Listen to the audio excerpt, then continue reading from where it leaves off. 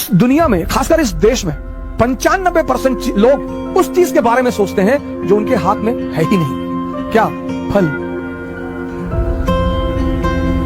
Sir आपको पता ही नहीं कल क्या होने जा रहा है, तो जब हमें कल का पता ही नहीं तो हम आज में रहे।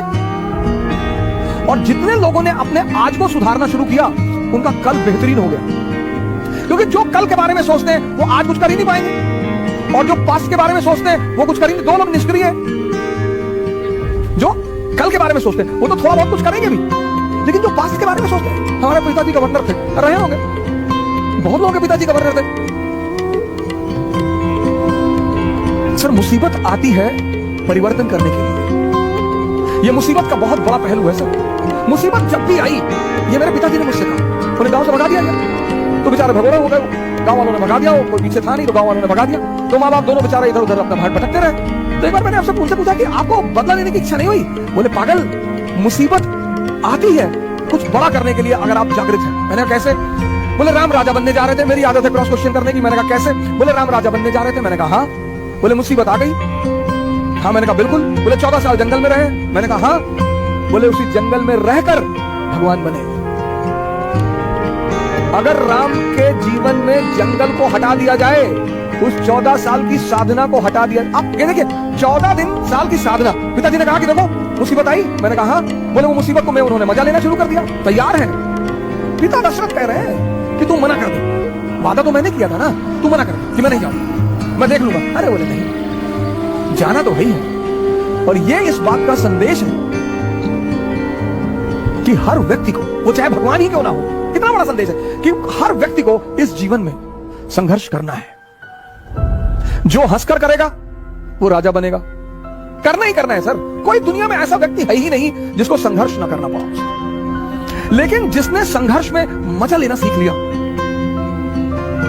आप अगर बहुत गौर से जीवन को देखें तो हम जब क्लास 10th में थे तो हमारी माता जी हमसे कहती थी कि बेटा 10th की पढ़ाई अगर कायदे से कर लोगे ना, बस 3 ही साल जीवन में पढ़ना है। मैंने कहा अच्छा?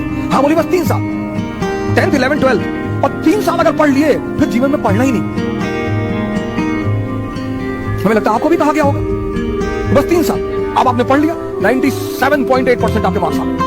अब पता चला कि भैया अगर IIT निकल जाए, मेडिकल निकल जाए, KGMC मिल जाए, अरे फिर तो जीवन, आपने फिर से दम लगा दिया, IIT भी निकल गया। अब जब आप IIT से निकल आए तो फिर एक और बवाल हो गया। आपके मोहल्ले का एक लड़का IAS हो गया, पूरा खानदान में दहेज को, पूरा खानदान को दहेज में BMW मिल गई, 10 करोड़ कैश मिल गया। अब आपके पिताजी फिर आपकी तरफ पलटे कि तुम तो वैसे भी इस परिवार के चंगेज खान हो, तुम्हें किस बात का डर? तुमने कहा चंगेज खान तो मैं हूं। हाँ बोले जब ये मामूली सा ये सिंह साहब का लड़का अगर IAS बन सके, तुम्हारे लिए क्या? उन्होंने कहा बिल्कुल हमारे लिए क्या है। और तुमने जोरा डंडा उठाया और बाबूजी का पैर छुआ कि बाबूजी चल रहे हैं, अब दिल्ली फतेह करके जाएंगे। चलो फिर IAS बन गए, फिर बन गए।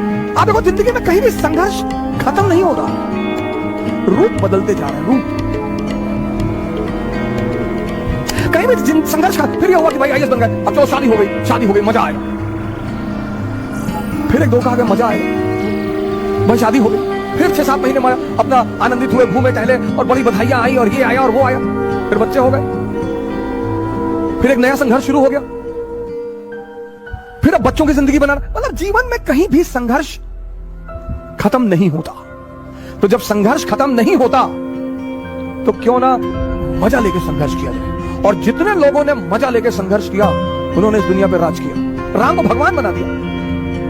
मुसीबत, अगर आप जागृत हैं, एक आदमी था चाइना में, उसके पास एक बड़ा जबरदस्त घोड़ा था। कैसे? जो व्यक्ति जागृत होता है उसका मुसीबत कुछ नहीं कर पाती।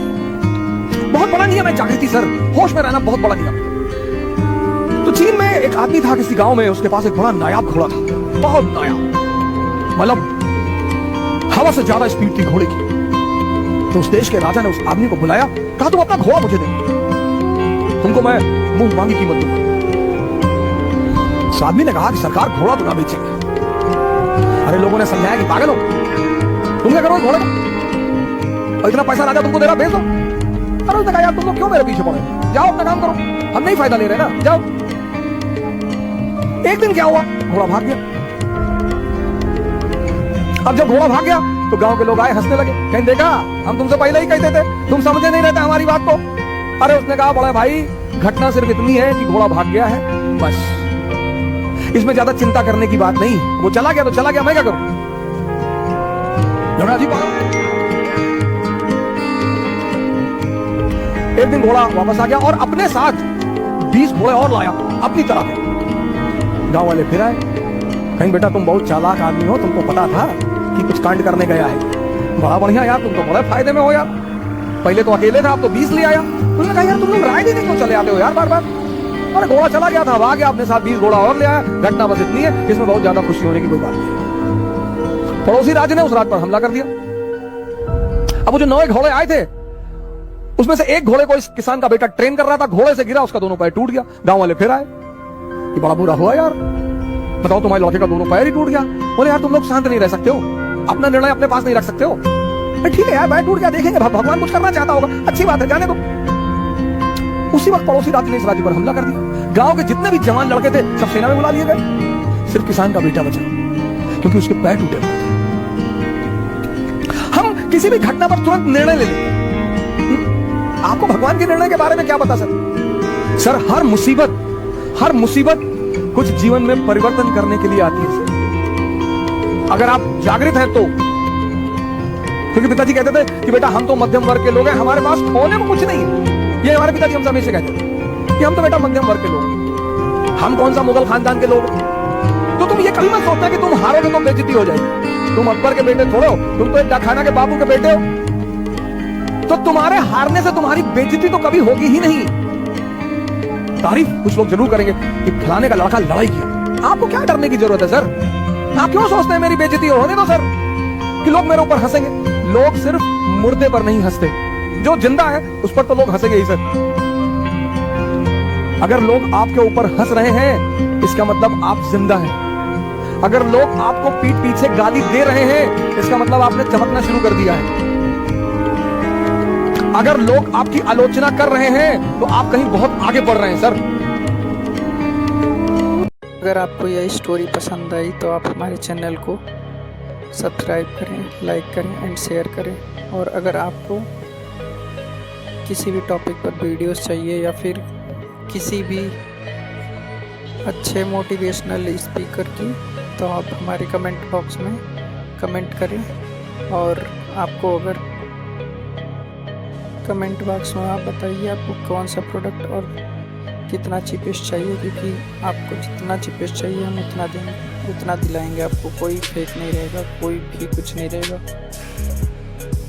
आप बस अपना प्यार बनाए रखिए।